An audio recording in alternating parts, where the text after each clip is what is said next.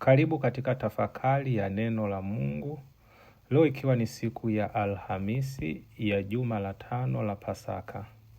Injili inayotuongoza kwenye tafakari yetu ya leo inatoka kwa mwinjili Yohane sura ya 15 aya ya 9 hadi ya 11. Leo Bwana wetu Yesu Kristo anatupa siri ya kuwa na furaha ya kweli. Yesu anatuambia, nimewaambia hayo ili furaha yangu iwe ndani yenu na furaha yenu ikamilike. Wapendwa ndugu zangu, kila mtu hapa duniani anatafuta furaha.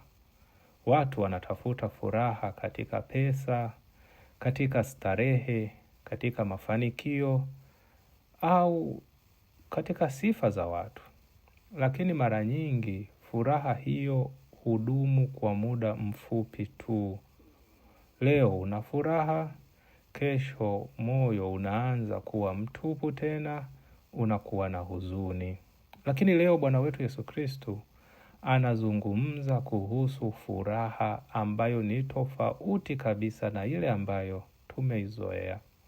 Hii si furaha ya muda mfupi ambayo Bwana wetu Yesu Kristo anaizungumzia, ni furaha inayotoka kwa Mungu, furaha inayobaki hata katika shida na majaribu.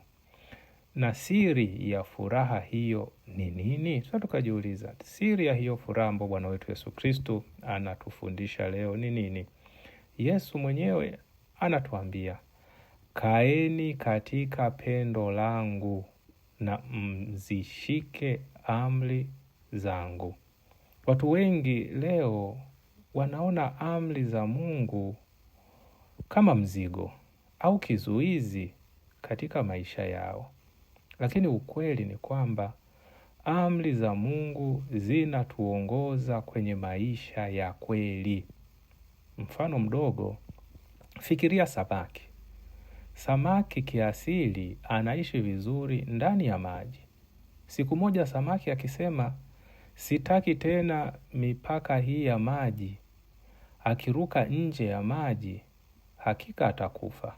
Kumbe maji si gereza kwa samaki, ndiyo sehemu inayompa uhai.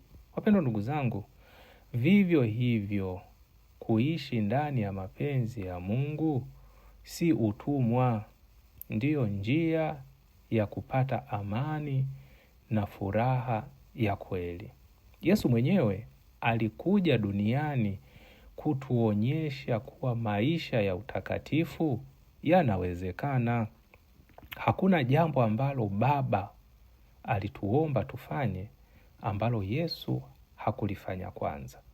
Hakuna jambo lolote ambalo Mwenyezi Mungu anataka sisi tulifanye ambalo Bwana wetu Yesu Kristo hakulifanya. Kumbe Kristo ni kioo kwetu, ni mfano kwetu, na yale yote ambayo Mwenyezi Mungu anataka sisi tuyafanye, Kristo alishayafanya kwanza.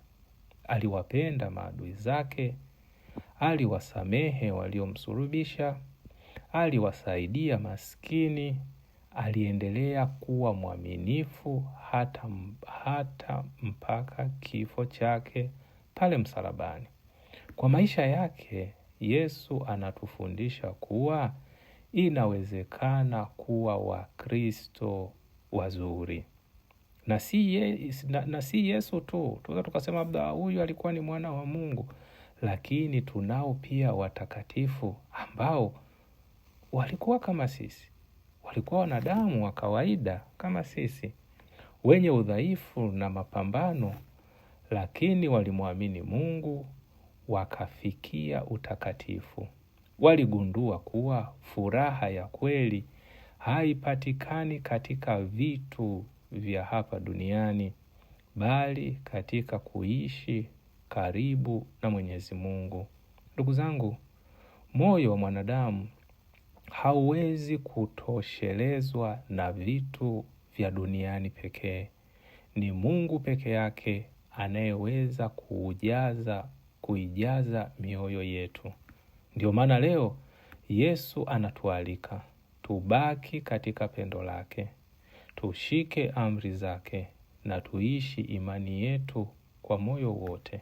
Tukifanya hivyo, tutapokea ile furaha ambayo dunia haiwezi kutoa wala kuiondoa. Basi tumuombe Mwenyezi Mungu atupatie neema na baraka zake ili tuweze kuchuchumalia furaha ambayo inatoka kwa Mungu, na furaha hii tunaipata kwa kuweza kuyashika yale yote ambayo Kristo anataka tuyashike, kuzishika amri zake na kuziishi kikamilifu.